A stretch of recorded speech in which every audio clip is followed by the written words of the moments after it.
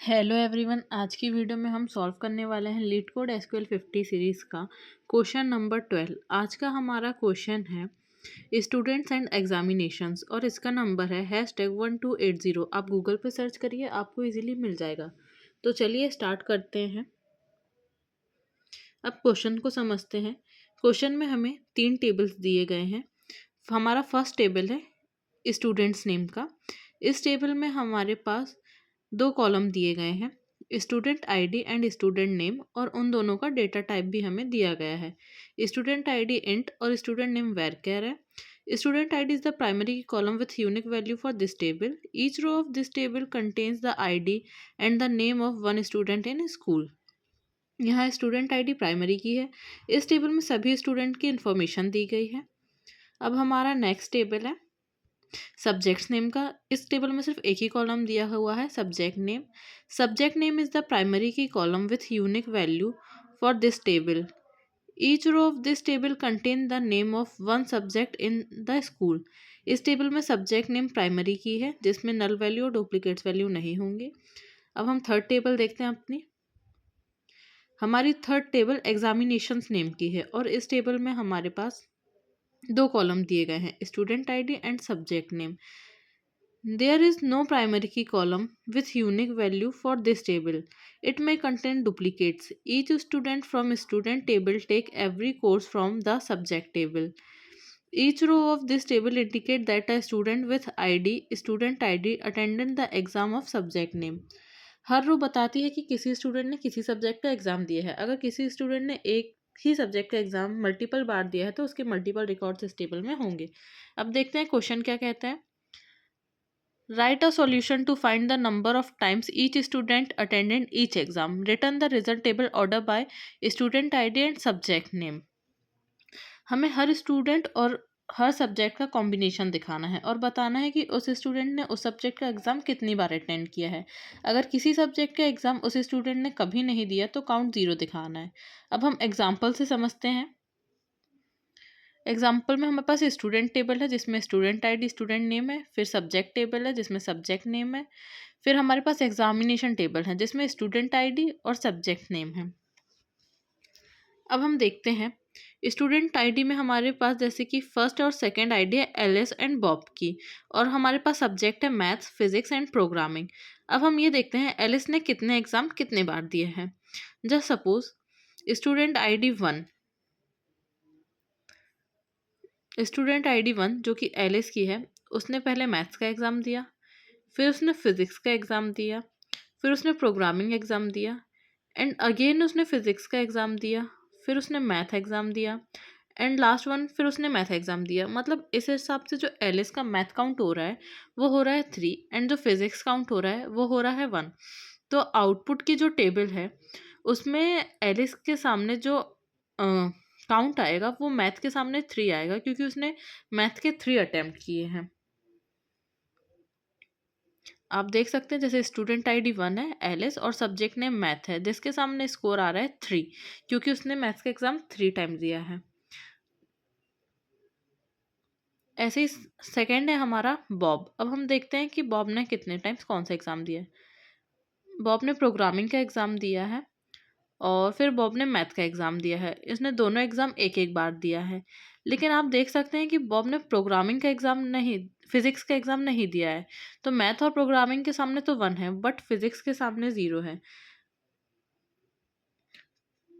अगर बॉब ने प्रोग्रामिंग का एग्ज़ाम कभी नहीं दिया तो प्रोग्रामिंग के सामने 0 शो होगा, जैसे कि हमें क्वेश्चन में बताया गया है। तो चलिए अब क्वेरी लिखते हैं। सबसे पहले हम लिखेंगे सिलेक्ट। हमें आउटपुट में 4 कॉलम चाहिए, तो सबसे पहले हम सिलेक्ट करेंगे S dot student ID. Student table से स्टूडेंट आईडी ले रहे हैं, कॉमा, इसके बाद हम लेंगे S dot student name. Student table से स्टूडेंट का नेम ले रहे हैं, comma, sub dot subject name. Subject table से सब्जेक्ट नेम ले रहे हैं। ये सब हमें अपने आउटपुट में शो करना है। तो हम लिखेंगे सब डॉट सब्जेक्ट नेम। इसके बाद में नेक्स्ट लाइन पे हम लिखेंगे count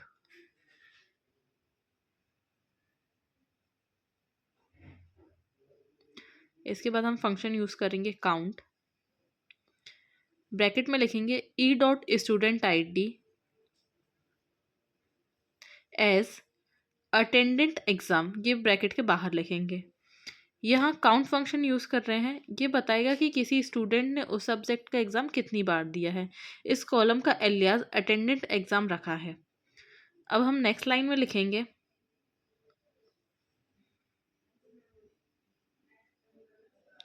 from students S, student table को एस से एलियास दे दिया है। इसके बाद हम नेक्स्ट लाइन में यूज़ करेंगे क्रॉस जॉइन। तो अब हम लिखेंगे क्रॉस जॉइन सब्जेक्ट्स सब। यहाँ क्रॉस जॉइन यूज़ किया है। क्रॉस जॉइन हर स्टूडेंट को हर सब्जेक्ट के साथ कंबाइन कर देता है, इसी वजह से हमें सारे पॉसिबल कॉम्बिनेशंस मिल जाते हैं। अब नेक्स्ट लाइन में हम लिखेंगे लेफ्ट जॉइन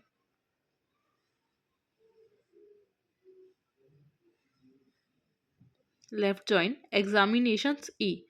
अब एग्जामिनेशन टेबल को लेफ़्ट जॉइन कर रहे हैं। लेफ़्ट जॉइन इसलिए यूज़ किया है ताकि अगर किसी स्टूडेंट ने एग्ज़ाम नहीं दिया तो भी उसका रिकॉर्ड आउटपुट में आए, और एग्जामिनेशंस को ई से अलियास कर दिया है। अब हम नेक्स्ट कंडीशन लगा रहे हैं अपनी, तो हम नेक्स्ट लाइन पे लिखेंगे ऑन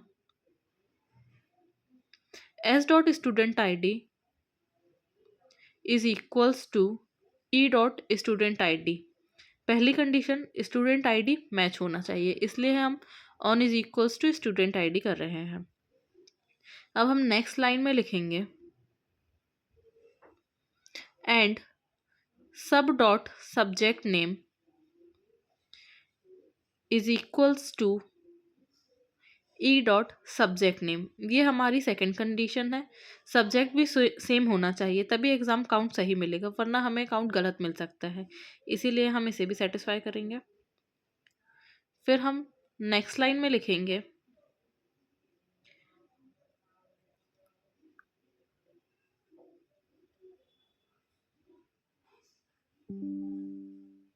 नेक्स्ट लाइन में हम लिखेंगे group by S dot student I D comma S dot student name comma sub dot subject name. Count aggregate function use किया है, इसलिए ग्रुप बाय लगाना ज़रूरी है क्योंकि हम फंक्शन को काउंट कर रहे हैं। हमें स्टूडेंट आईडी, स्टूडेंट नेम और सब्जेक्ट नेम के बेसिस पर ग्रुपिंग कर रहे हैं। फिर हम नेक्स्ट लाइन पे लिखेंगे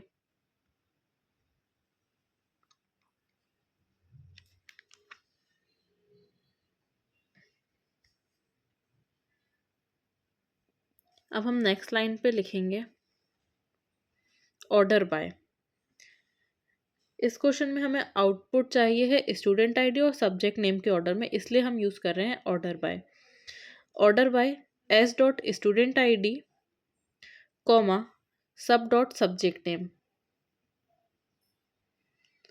स्टूडेंट आईडी के अकॉर्डिंग और उसके बाद सब्जेक्ट नेम के अकॉर्डिंग शॉर्टिंग कर दी है। अब हमारी क्वेरी कंप्लीट हो चुकी है। ये थी हमारी इस क्वेश्चन की कंप्लीट क्वेरी। तो चलिए अब हम इस क्वेरी को रन करके देखते हैं।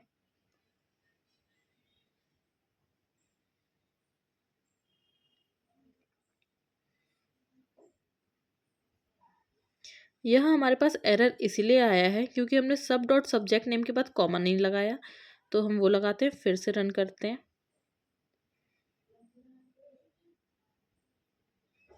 हमारी क्वेरी सक्सेसफुली रन हो गई है और हमारा कोड भी एक्सेप्ट हो गया है और हमारा जो आउटपुट था वो भी एज ए एक्सपेक्टेड आउटपुट आ चुका है। अब हम इस क्वेरी को सबमिट करते हैं।